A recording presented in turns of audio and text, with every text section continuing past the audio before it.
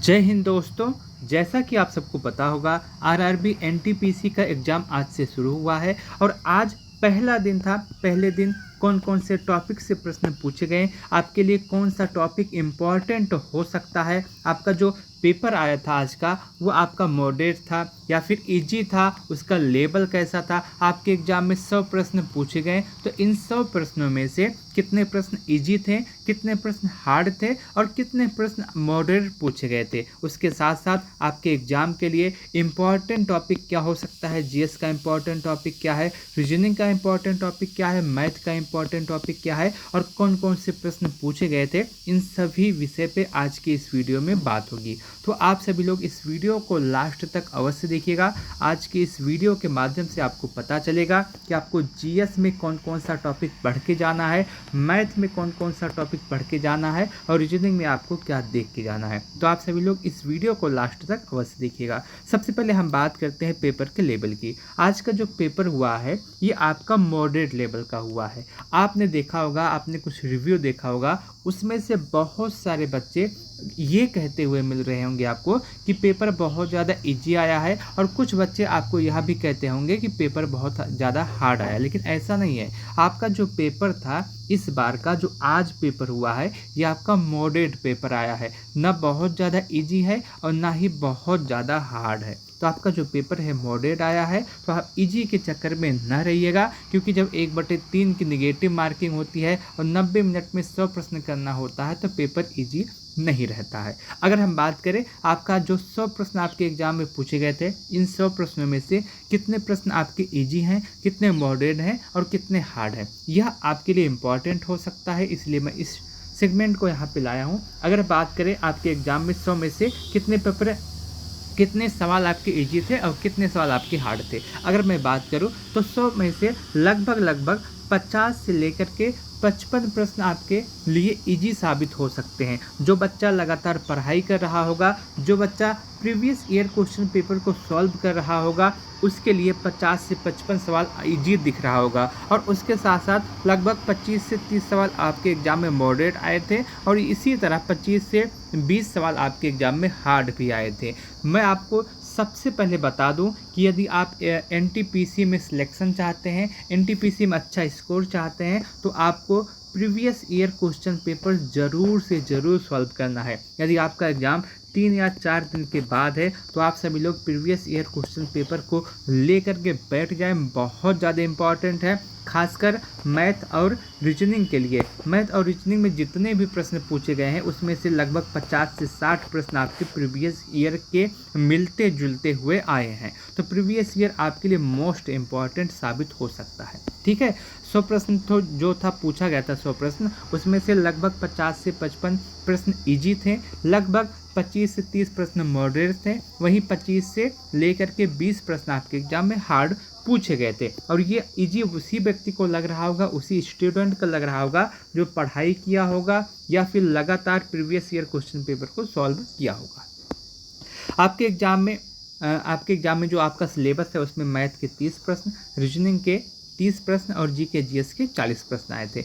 इसमें अगर हम बात करें कि कौन सा इजी था कौन सा हार्ड था, जो जीके जीएस का सेक्शन है ये आपके लिए हार्ड साबित हो सकता है, क्योंकि इसमें कुछ प्रश्न आपके जो करंट अफेयर के पूछे गए थे ये आपके 2023 के भी 1-2 प्रश्न पूछ लिए गए थे। और उसके साथ साथ कुछ प्रश्न इसमें हार्ड आए हैं जो करने लायक नहीं है। वहीं जो आपका रीजनिंग है ये आपका बहुत ही ज़्यादा इजी आया है। रीजनिंग का पेपर इजी रहा है और मैथ का पेपर आपका मॉडरेट रहा है। तो इसी हिसाब से आपका पूरा पेपर हुआ है आज का, जिसमें आपका मैथ मॉडरेट आया है, रीजनिंग इजी आया है और जीके जीएस हार्ड आया है। अब बात करते हैं जीके जीएस के, क्योंकि जीके जीएस के जो आपका टॉपिक है यहाँ पे कहाँ से क्वेश्चन पूछे गए हैं और कैसे क्वेश्चन पूछे गए हैं। मैं आपको इंपॉर्टेंट टॉपिक बताता हूं, लेकिन इंपॉर्टेंट टॉपिक से पहले मैं आपको बता देता हूं सवाल कि जीके जीएस में कौन कौन से सवाल पूछे गए हैं। सबसे पहला सवाल यही पूछा गया था कि जो आपका वुमेन प्रीमियर लीग है ये किसने जीता, पहला सवाल यही था। और उसके साथ साथ नियंत्रक और महालेखा परीक्षक कौन है ये आपसे पूछा गया था। पूर्वी तट रेखा भारत के किन राज्यों को जोड़ती है ये सवाल पूछा गया था। पाइका विद्रोह से एक सवाल आया था। उसके बाद साबरमती नदी किस राज्य में बहती है ये सवाल पूछा गया था। एफटीपी का फुल फॉर्म पूछा गया था। 97वां संविधान संशोधन पूछा गया था। रासायनिक अभिक्रिया का उदाहरण एक आया था। सीपीयू का भाग नहीं है, इसमें से कौन सा पूछा गया था। और 24वें अक्षांश के ऊपर कौन सा शहर है, ये आपका ऑप्शन से करने वाला प्रश्न था, इजी था ये भी। एक दिवस पूछा गया था। पेड़ की जड़ में ऑक्सीजन की कमी क्यों होती है, ये पूछा गया था। और आर्टिकल 44 पूछा गया था। ये जीके जीएस के कुछ सवाल हैं जो एकदम रियल सवाल है कि हाँ ये सवाल पूछे गए थे। इंपॉर्टेंट टॉपिक के विषय में बात करें कि आपका कैसे कैसे किस किस टॉपिक से कितने प्रश्न पूछा गया था। सबसे पहले करंट अफेयर आता है। तो आपके एग्जाम में आज जो पेपर हुआ है उसमें करंट अफेयर के ज़्यादा प्रश्न पूछे गए हैं। चाहे आपका फर्स्ट शिफ्ट का एग्जाम हो, चाहे सेकंड शिफ्ट का एग्जाम हो, चाहे आपका थर्ड शिफ्ट का एग्जाम हो, तीनों में करंट अफेयर से अच्छे खासे प्रश्न पूछे गए थे। लगभग 8 से 10 सवाल करंट अफेयर के पूछे गए थे। कुछ आपके 2024 के थे, कुछ आपके 2025 के थे। योजना भी पूछी गई थी। उसके बाद स्पोर्ट्स से सवाल आया था, जैसे आपका मैंने आपको अभी बताया वुमेन प्रीमियर लीग, और इंडेक्स से भी सवाल आया था। ये आपका करंट अफेयर का पूरा खाका है। लगभग 8 से 10 सवाल करंट अफेयर में पूछे गए थे। इतिहास की बात आती है तो इतिहास से 3 सवाल पूछे गए थे। साइंस से आपका 4 से 5 सवाल पूछे गए थे, जिसमें आपका बायो का 1 था, केमिस्ट्री का 1 था, फिजिक्स का ज़्यादा था। उसके बाद आपका पॉलिटी का आता है। पॉलिटी में लगभग 3 से 4 सवाल पूछे गए थे। एक आपका संविधान संशोधन था, एक आपका आर्टिकल था, एक और कोई प्रश्न था। जियोग्राफी में 2 सवाल पूछे गए थे, एक नदी से पूछा गया था। उसके बाद स्टैटिक्स से 3 से 4 सवाल पूछे गए थे। कंप्यूटर से 2 से 3 सवाल पूछे गए थे। कहीं कहीं पे आपको बताया जा रहा होगा कंप्यूटर से 6 से 7 सवाल आए हैं, ऐसा नहीं है। कंप्यूटर से 2 से 3 सवाल पूछे गए थे। ये आपका जीके जीएस का पूरा इम्पॉर्टेंट है। करंट अफेयर इम्पॉर्टेंट है। इतिहास के 3 सवाल, साइंस के 4 से 5 सवाल, पॉलिटी के 3 से 4 सवाल, जियोग्राफी के 2 सवाल, स्टैटिक के 4 से 5 सवाल, कंप्यूटर के 2 सवाल। रीजनिंग की बात करती है। रीजनिंग हुआ या फिर आपका मैथ हुआ। यदि आप रीजनिंग में और मैथ में अच्छा स्कोर करना चाहते हैं तो आपके लिए यही सलाह है कि आप प्रीवियस ईयर क्वेश्चन पेपर को सॉल्व करके चले जाइए। अगर आपको रीजनिंग में अच्छा करना है, मैथ में अच्छा करना है, तो प्रीवियस ईयर क्वेश्चन पेपर आपको लगाना ही होगा। रीजनिंग और मैथ मिला करके लगभग 60 सवाल आते हैं, और इन 60 में से लगभग 30 से 35 सवाल आपको प्रीवियस ईयर के तर्ज पे देखने के लिए मिला था। एकदम हूबहू प्रीवियस ईयर नहीं था, लेकिन उसी के आधार पे था। अंक बदले हुए थे, सवाल नहीं था, अंक बदले हुए थे। प्रीवियस ईयर में जो कैसे लगाया जाता है ये आपको वहाँ से पता चलेगा। तो मोस्ट इम्पॉर्टेंट है प्रीवियस ईयर क्वेश्चन पेपर, यदि आपको रीजनिंग में और मैथ में अच्छा करना है, दोनों के लिए। इम्पॉर्टेंट टॉपिक की बात करें तो कोडिंग डिकोडिंग से 2 सवाल पूछा गया था रीजनिंग में। ब्लड रिलेशन से 2 सवाल पूछा गया था। नंबर सीरीज से 1 सवाल पूछा गया था।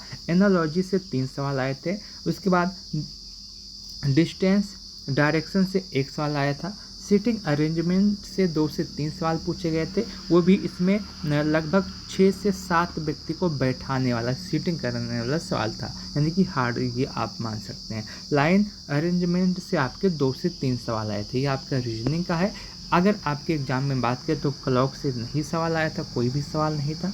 कैलेंडर से कोई भी सवाल नहीं था। क्यूब से कोई भी सवाल नहीं था। तो आपके लिए जो रीजनिंग के लिए इंपॉर्टेंट टॉपिक है coding decoding, blood relation, number series, analogy, distance direction, seating arrangement, line arrangement. उसके बाद मैथ का सवाल आता है।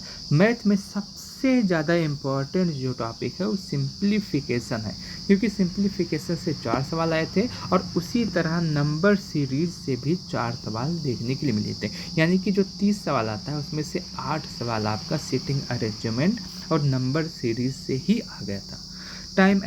टाइम एंड वर्क से 2 सवाल पूछा गया था। प्रॉफिट एंड लॉस से 2 सवाल आया था। परसेंटेज से 1 सवाल था। रेशियो एंड प्रपोर्शन से 2 से 3 सवाल पूछे गए थे। ज्योमेट्री से 2 सवाल था। सीआई से 1, एसआई से 1, एवरेज से 1, टाइम एंड स्पीड से 2 सवाल पूछे गए थे। नंबर सीरीज से 4 सवाल पूछे गए थे। ये आपका क्या है? ये आपका मैथ का है। मैथ के लिए जो इम्पॉर्टेंट टॉपिक है, जो आपको देखना है वो यही देखना है। एक सलाह यही है कि आपको previous year question paper solve करना पड़ेगा। अब सवाल आता है कि प्रीवियस ईयर क्वेश्चन पेपर किस किस टॉपिक का सॉल्व करूँ, तो सबसे पहले मैथ के लिए जो यहाँ पे टॉपिक लिखा हुआ है इसका आप previous year question paper solve कर लीजिए। रीजनिंग के लिए जो यहाँ पे टॉपिक लिखा हुआ है ये सॉल्व कर लीजिए। अगर आप previous year question paper solve करके जाएंगे तो आपको एग्जाम में लगेगा कि ये प्रश्न देखा हुआ है। आज जितने भी बच्चों का रिव्यू आया है, आप उनके रिव्यू को देखिए तो आपको यही पता चलेगा कि previous year question paper most important है। यदि आपको अच्छा करना है तो आप वहाँ से देख सकते हैं। कट ऑफ की बात करें तो कट ऑफ की बात अभी करना सही नहीं होगा। एक पेपर 2 पेपर और हो जाने दीजिए, उसका सही से अंदाज़ा लगाने दीजिए सटीकता से। उसके बाद मैं आपको कट ऑफ एग्जैक्ट बताऊंगा कि आपका कट ऑफ कितना जा सकता है। तब तक के लिए आप कल का वेट कीजिए।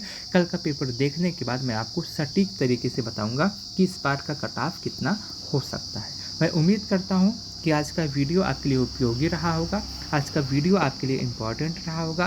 और इस वीडियो को यदि आपने लास्ट तक देखा है तो आप सबका बहुत बहुत धन्यवाद। इस वीडियो को लास्ट तक देखने के लिए आप सबका बहुत बहुत धन्यवाद।